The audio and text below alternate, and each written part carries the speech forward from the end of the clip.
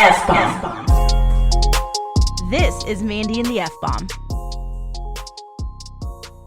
Hey y'all, welcome back to the F-bomb. So today we've got my very best friend in the world, Megan Holder, and she's here, and we're going to talk a little bit about Christmas in giant families. We have a very big giant family. So 11 kids between us, and we have the kind of friendship where we just really do life together. So I know whenever we had a smaller family, like Christmas looked vastly different than it did this year or in the last few years because our family has grown so much. It literally grows every year almost. I'm hoping that's done. I think that's done. Please let that be done. Unless there's an accident, I think it's done. But literally for the last 16 years, it's almost grown every year. Yeah. When you think about it. Yeah, 11 kids. So over 16 years. Like we might have had a break where it's only just the same number for 1 or 2 years, but otherwise it grows. Yeah, that's so true. So I know everybody celebrates the holidays just a little bit differently. And for us, we've kind of maintained the same sort of routine for the last few years since we lived so close to each other now. So we moved to Waco in 2017. And so since then, we've kind of practiced the same thing. Yeah, and I will say that that's probably a little bit of Mandy's grace to me. I am very particular at the holidays that I will not travel outside of the 3.5 miles it is to get to her home to visit the family. I will not go anywhere. And that was something my ex-husband and I agreed on when we first got married, because I grew up in a divorced family. And so that meant going to 4 or 5 different houses on Christmas and never getting to play with my toys and always having to be on my best behavior. And I just said, when I'm an adult with children, they get to stay at their house. They get to play with their toys. They get to be on their worst behavior and have the best day ever and not have to go to so many places. So it's always been the philosophy in my household that if you want to have Christmas with me, you're welcome to come to me. And even Mandy would do that before she drastically outnumbered me in humans. So now I will go the 3.5 miles since it's only the 4/5 of us, depending on whether or not my ex-husband is in town, to go to her home. But that is a grace to me that we do this way. So, well, and I think it would, thank you for saying that, but I think it's also us too. I remember kind of the first couple of years that we were married before Mike and I established kind of our own traditions and what we did and we didn't want to do around the holidays. It was just kind of like try to make everybody happy. And so in his family, there was 4 places that we needed to visit. And in my family, there was 2 places that we would need to visit. And it just was so much. And I remember like none of it being fun, not for me and not for Mike and not for the kids at all, because they would get to one place and also we had this tiny, tiny car. So trying to fit all the gifts in there, and then you can't fit all the gifts, and then you have to leave the toys at the places. But anyway, it was just too much. And the kids like in their nicer clothes, being on their best behavior, and they just want to sit somewhere and play with their toys and not be in the car. And anyway, so eventually we started doing the same thing where we would go, anybody who wants to come to Christmas is so very welcome, but we will not be traveling. So that's kind of what we've been doing the last few years, is just not traveling. And we would go to Meg's house. It's just easier because we outnumber her for her to come to our house. It's actually really funny because Mandy has the bigger family but lives in the smaller house. And I have the smaller family and live in the probably extra 1,000 square feet more than she has in her house. But we always seem to end up in Ethel, the tiny house, because there's more humans and everybody's just on top of each other. And that's just kind of how we exist in space. And that's exactly how it was for Christmas this year. Like everyone was laying on top. I walked in and there's people on top of each other on the couch and kids are running around back and forth. There's somebody had a shopping cart on their head. I think that must have been a new toy. So it was a little bit more chaotic than normal. There's not normally a whole lot of chaos. There's lots of times where Mandy and I will look at each other and go, do you know there's 11 children in this house? Would you guess? It's so quiet and calm. It's silent, yeah. It's silent and good, but Christmas is a time where we embrace chaos instead of try to control it. Like, yeah. Kids I think are we kind of wake up and go like, Today, the answer is yes. As much as it can be. The answer is yes. Yes, you can do that. Yes, you can have candy for breakfast. Yes, you can have extra servings of dessert. Yes, you can play with your toys. Yes, you can stay in your PJs all day. Lola didn't even put pants on this year. I mean, I'm here for that. I wouldn't have if other adults hadn't been around. But same, my kids literally for breakfast, Santa had brought them this like chocolate, like a hollow chocolate ball, and inside the ball there was a marshmallow shaped like something fun, like the Mandalorian or Paw Patrol or something. And that's, I mean, I made breakfast, but did anyone eat breakfast? No, they ate chocolate ball full of marshmallow for breakfast. We made crap for breakfast, but the best kind. Like it was like sugary monkey bread. Yeah. Or I made cinnamon rolls, but nobody wanted it. No, they just wanted they wanted the candy that came out of their stockings, which I mean, like same. Yeah, I had a Butterfinger or two for sure. So, but that's kind of what we do. And I was thinking about how it looks like this Christmas and how it looked a few Christmases ago whenever we were a new foster family and turning into like a extra large family. Because I think at 4 kids, people start looking at you like you're a little bit nuts. Mm-hmm. And then we received our first placement, which we ended up later adopting. And we had 5 kids by then, and then they were like, "Oh, you're a different brand of nuts." And so then you added my kids to the mix, and it was 6 to 7, depending on how long that goes. Well, talk to me about Christmas when you first got that first placement. I imagine, and I remember knowing you, that there's a lot of dichotomy in that. There's a lot of joy, there's a lot of sadness, there's a lot of good, there's a lot of hard. So talk to me about. So she was about 8 months old whenever Christmas rolled around. And it was right around the time I met her birth mom for the first time. And up until then, we didn't have any relationship at all because there were lots of kind of walls and barriers and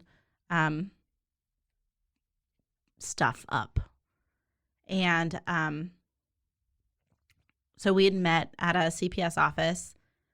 And I remember that it was really close to Christmas. I remember that meeting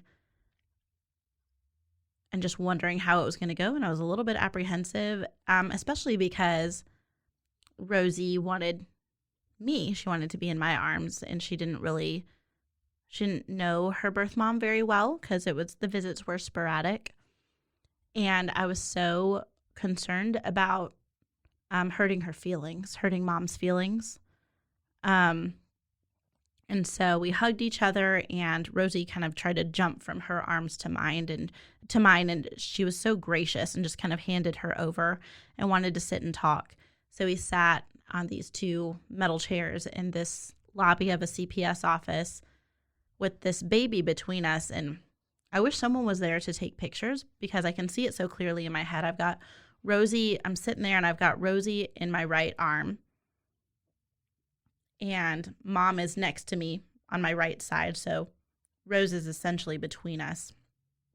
And Rosie would kind of look at me and lay her head down on my chest and then kind of almost arch her back and like go upside down to look at mom and kind of lean into her a little bit.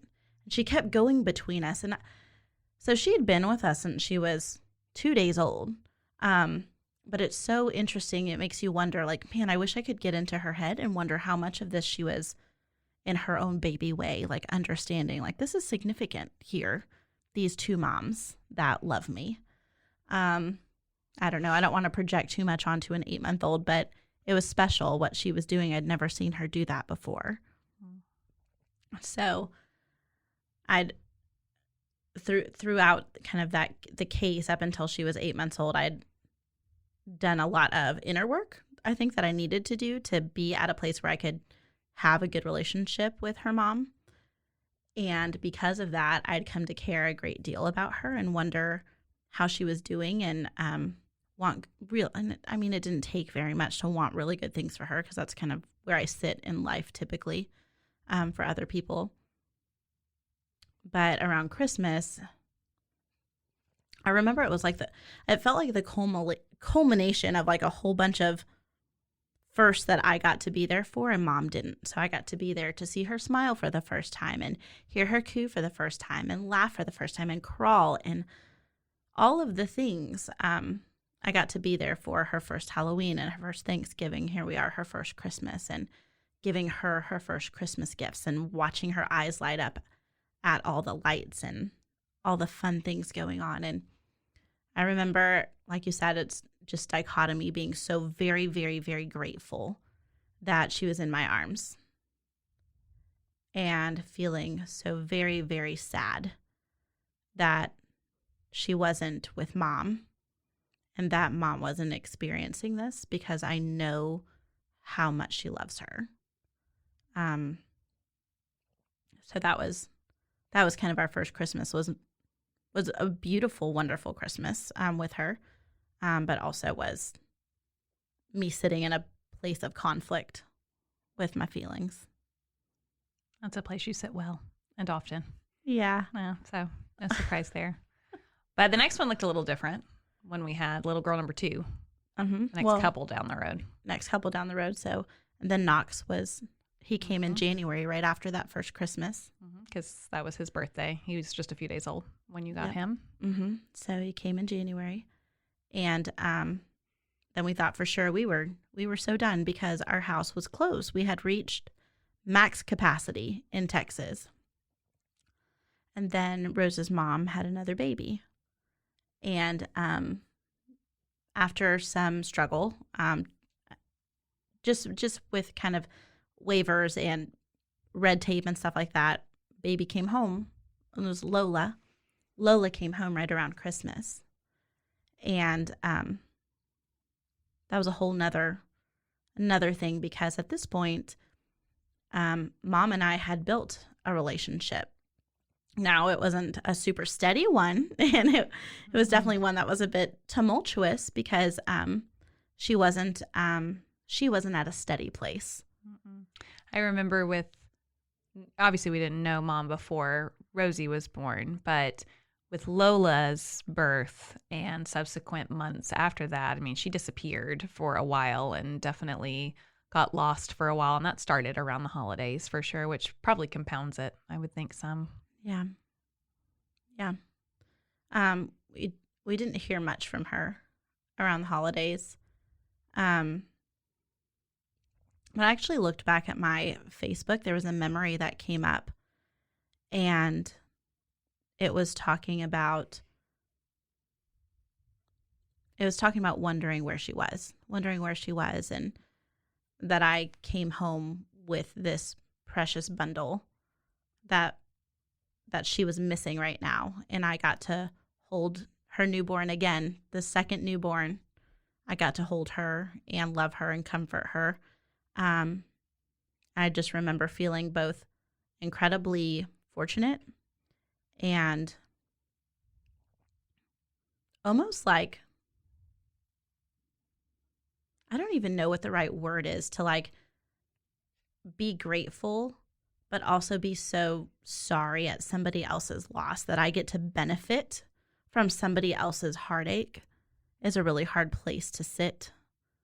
So I remember holding Lola in the middle of the night one night, wondering where mom was, and then thinking about how I'm looking down and looking at this baby that looks just like her, by the way, still looks just like her. Exactly. I look at Lola sometimes and I just see her bio mom, just her first mama, and I'm like, whoo, they're twins, like literally. But I'm holding this baby that looks just like her.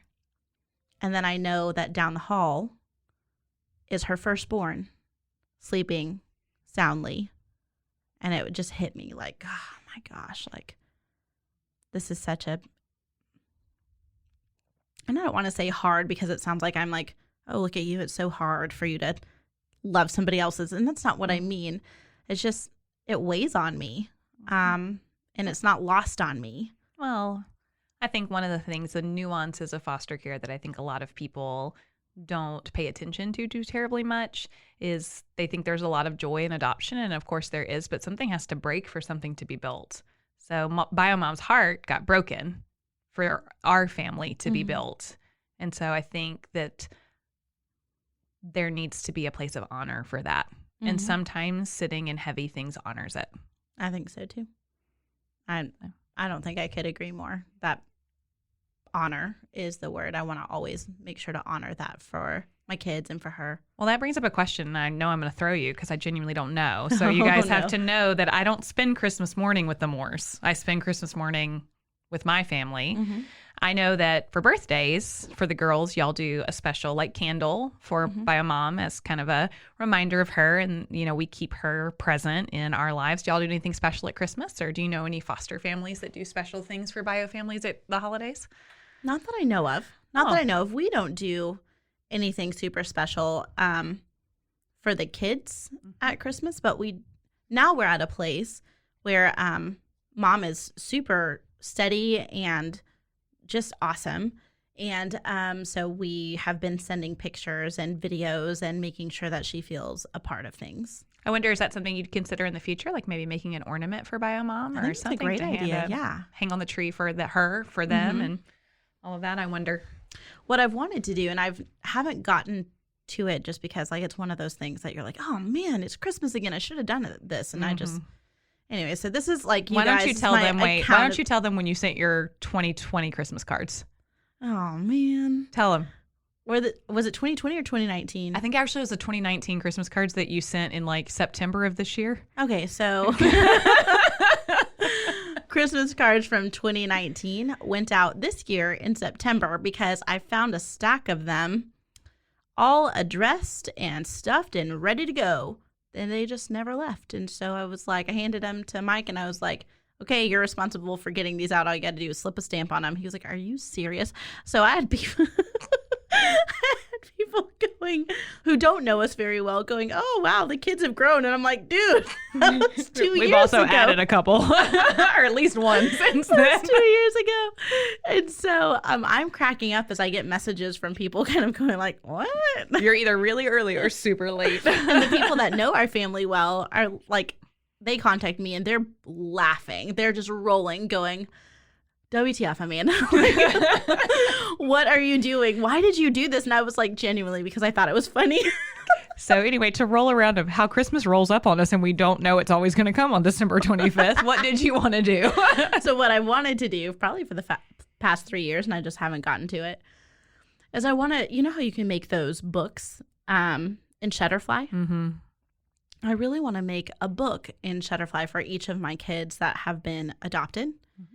Just starting with their newborn pictures and go kind of a kid story, but their own story. Like, and this is what happened. And you have been loved since the moment that you were born. And there was never not a time that you weren't loved or wanted or cherished. And this is the story of your family and how you came to be here in this family that loves you so much. And you are part of our family. And this is why we did things this way. And how we honor your family and your birth family and where you came from, and just kind of speaking life into that because it's important to me. Stories are important to me. Obviously, that's why I do a podcast.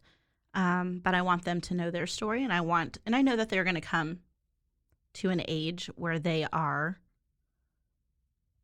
framing their story themselves in a way that is true for them.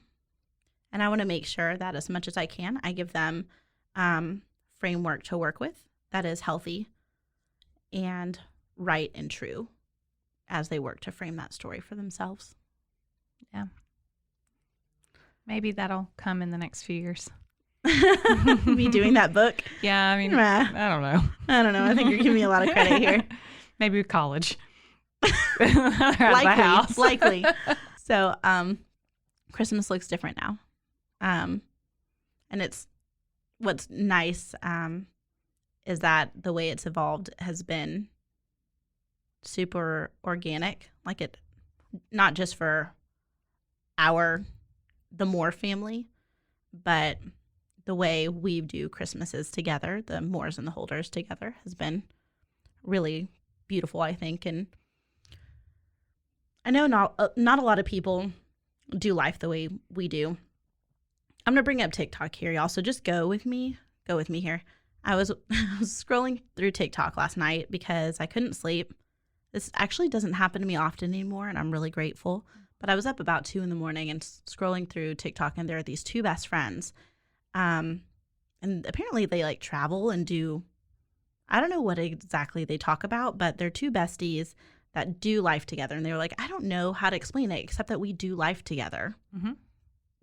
And so the video was them talking about how they switch places having dinner, and their kids are besties, and they just do all the life things together. And I was like, yes, like I didn't realize that was, maybe I did realize it, but I forget how uncommon it is for people's lives to be as, in the best way, entangled as ours are. So this Christmas thing and holiday thing that we've been able to organically build and grow has been really, really cool. Even as we've added kids and even like people to our family group, to our tribe.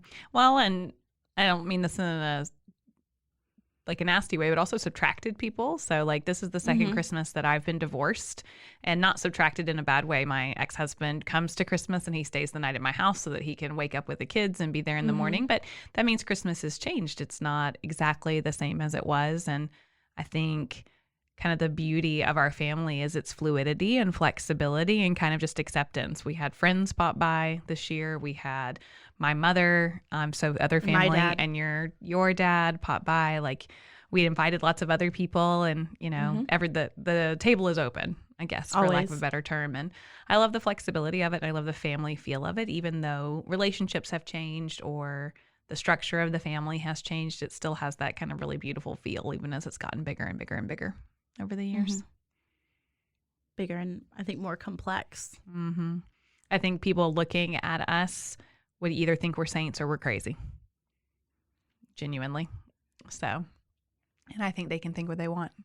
It works for us. It does. And it's been, I think the beautiful thing, I would say just from the lens of a parent, is that our kids are so secure in all of our relationships. So you and Wayne have done such a beautiful job in your divorce, showing your kids and my kids looking on that a change in family structure doesn't mean you're losing anything. And so he's just Uncle Wayne. Like to my kids, he's just Uncle Wayne. And so the friendship that has come out of this, and obviously like there was stuff to work through, but the place that y'all have been able to get and have continually, even whenever things were hard, have intentionally walked in the direction of, has been one of health and healing and friendship and wanting the best for your kids and for each other. 100%. And so what's great is that we come together at things like Christmases or birthdays or just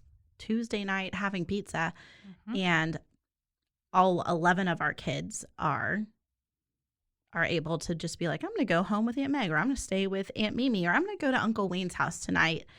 And there's just such beautiful fluidity in that. Well, and they know they're accepted in all those places, and all those places are theirs. Like I had the boys the day after Christmas. I had all 5 of the boys and none of the girls. So like my daughter was not there, and then I flip-flopped, and then I lost some of the boys and got some of the girls back. And it's been... Christmas break has been basically... very fluid. Super. I mean, and honestly, it's that way throughout the school year as well. It is. So like my 4-year-old he's mine. Pretty certain that he lives with his Aunt Meg, and he pretty much does. And I asked him the other day, and it was actually a win for me. I was like, hey, who's your mama? And he was like, you are. And I was like, what? Yes. No. Yes. So he Lies. teases me all the time, this 4-year-old of mine, because he's like, Aunt Meg's my mom. And I'm like, man, I am your mama. He hasn't been home since the day after Christmas. So today's the 28th. He went home with me on the 26th, and he hasn't been back. No, he's so happy at your house. Yes. It's all the toys and all the boy stuff and all the all the you. But I just feel really fortunate, and I don't think our kids even know kind of the blessing that they're growing up in, getting to have a family like this. And I'm just going to caveat this and say this is how we're doing things. And this is what works for us and what's right for us and our family. And however anybody does it for their family, if it's working for you, then that's the right way to do it.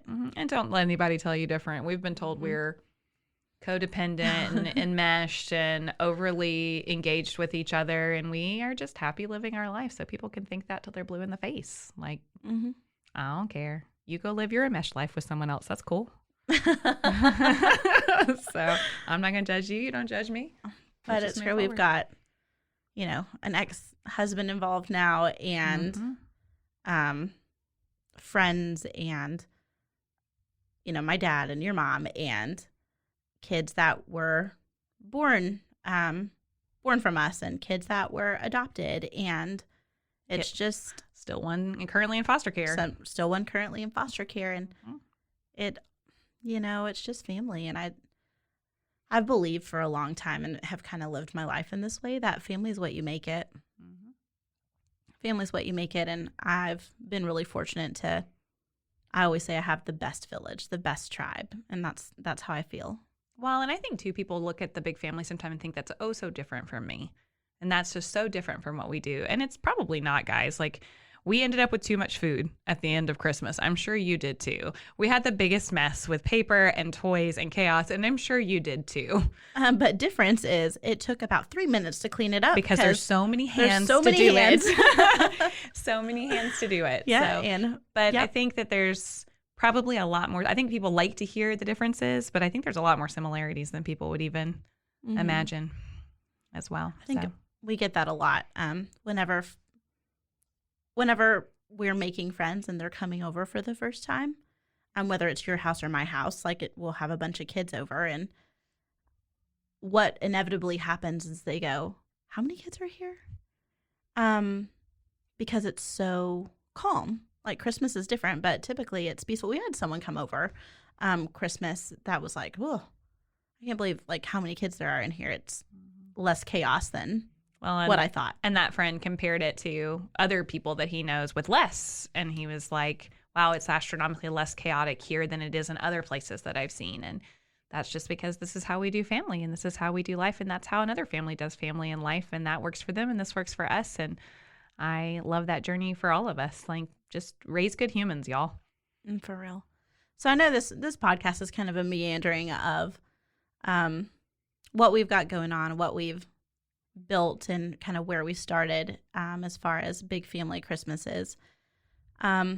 Stories are so important to me, and it's important that we hear stories. I love hearing stories that come from perspectives that I've never heard of before, because it helps me grow and see things maybe in a different way that I hadn't seen before. So this is me letting you in just a little bit, and what our family is like, and what our Christmases look like over here. We've got some really cool things coming up in the new year. Just want to say thank you so much again for kind of following along with this F-bomb journey. If you hadn't heard the story yet, maybe check out my first or second podcast. And it was me telling the listeners how I've never even really listened to podcasts. So having a podcast was not something that was on my mind. So the fact that y'all are out there listening, and I've gotten messages from some of you, I can't tell you how grateful I am. So I guess I appreciate you just following along. We're going to have some really cool stories coming up. I've got quite a few people that are in the queue to come out and kind of lend their stories to this really beautiful book that we're building. So you guys have a safe new year, and we will catch you on the flip side. Bye. Mandy and the F-Bomb is produced by Rogue Media. Make sure to like and follow us on social media, and you can find our show anywhere you get podcasts or at roguemedianetwork.com.